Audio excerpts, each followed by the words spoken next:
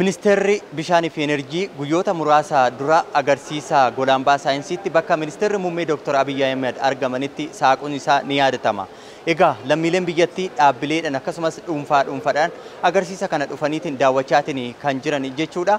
Namoonni daawwannaa gaggeessan Addis Miidiyaa Neetworkiif yaada isaanii qoodaniin hojiileen gama damee bishaaniitiin hojjetaman akkasumas enerjiitiin hojjetaman baay'ee kan isaan ajaa'ibsiise ta'uu fi akkaataa qusannaa bishaan irrattis hubannoo kan argatan ta'uu nutti himaniitiin kan jiran. Qonnaan bulaa magaalaa Bishooftuuti.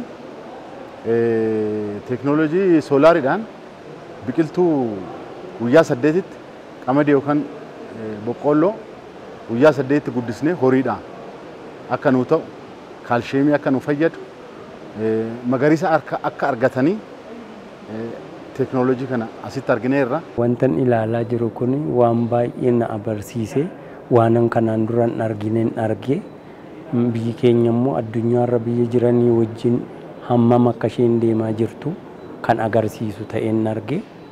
Kana gara fuulduraa immoo sabni immoo kan bishaan hamma akka ta'e akkamittiin akka fayyadamuun irra jiru akka inni baratu maalirraa ka'e akka inni dhufes akka inni ba'u dandeettii qabaatu gochisiisuu irratti waan guddaan argean. Namooti daawwanne waa'ee bishaaniitti harka caalaa kan ilaalaa dhufne garuu haala bishaanii kana gaafa ilaallu bishaan keenya baay'ee tajaajila kennaa jiru akka Afrikaa keessaa Itoophiyaan yoo haamamma jedhamti garuu bishaan kana seeraatti fayyadamaa jiru akka ilaalaa jirutti garuu amma teekinooloojiin adda addaa kun edda dhufe bishaan baadiyyaa keessas galee waan adda addaatiif tajaajila akka kennu indagana ammoo teekinooloojii adda addaa kana waan hunda akka kana amma ilaalle baay'ee gammachiisaadha jechuun barbaada. Baay'ee bishaan keenya oduma ijaan agarru oduutti fayyadamin nu bira dabraa jira. Bishaan xiqqaadhaan waa baay'ee akka fayyadamu qusanneetoo dirooppiidhaan paampiidhaan riisaayikilii goone kana fayyadamuudhaan of danda'uu hin dandeenya maatii keenya dandeenya biyya danda'uu hin dandeenya kana teekinooloojii kana foonaa kana keessatti argee jira jecha. Ministeera Bishaanii fi Enerjii Dr. Injiinar Abtaamuu Ittafaa Itoophiyaan qabeenya bishaaniin biyya badhaateedha jedhanii qabeenya uumamaa kana immoo misoomatti jijjiiruun dhaloonni biyya badhaatee akka dhaaluuf agarsiisa qophaa'e ta'uu himan. Bishaan kan rabbi eebbisee nuu kenne yoo nu galitti fayyadamne ijjana guddaa kan itti fiduu dandeenyu qabeenya keenya uumamaati jechuudha.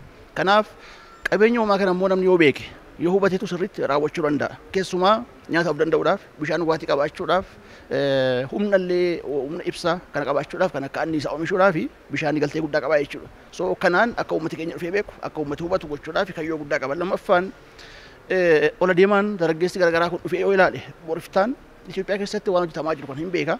Amma immoo hojjechuu qabutti qophaa'a kanaaf galtee guddaa ta'a jechuudha. Sadaffaan ifni dhumaa namni biyya kana keessa jiru Itoophiyaa keessa jiru hidha haaromsaatiif namni gumaachee hin jiru. Hidha haaromsaa immoo namni deemee nagarre baay'ee namaa jechuudha hin hawwa. Kanaaf akkaataatti ofii arguu danda'u. Biyyaarri kan jennu kun akkaataa waan lafarra jiru agarsiisuu danda'uutiin biyyaarri baay'ee qopheeffannee qabna. Dargaggeessi ijoolleen abbootiin harmootiin hayyooti garaagaraa dhufanii yoo daawwatan waan itti maallaqa isaanii baasan saffisa isaanii irraa waan itti baasan kan arguu danda'u jennee waan qabanneef asiin finnee jirraa jechuudha. Hawaasni bishaan qabeenya dhumu ta'uu hubatee bishaan akka hin qisaasofnee fi hin balfamneef of eeggannoo taasisuu qabas jedhan Dr. Injiinar Abtaamuun. Bishaan gaafa jennu jireenya dhugaadha.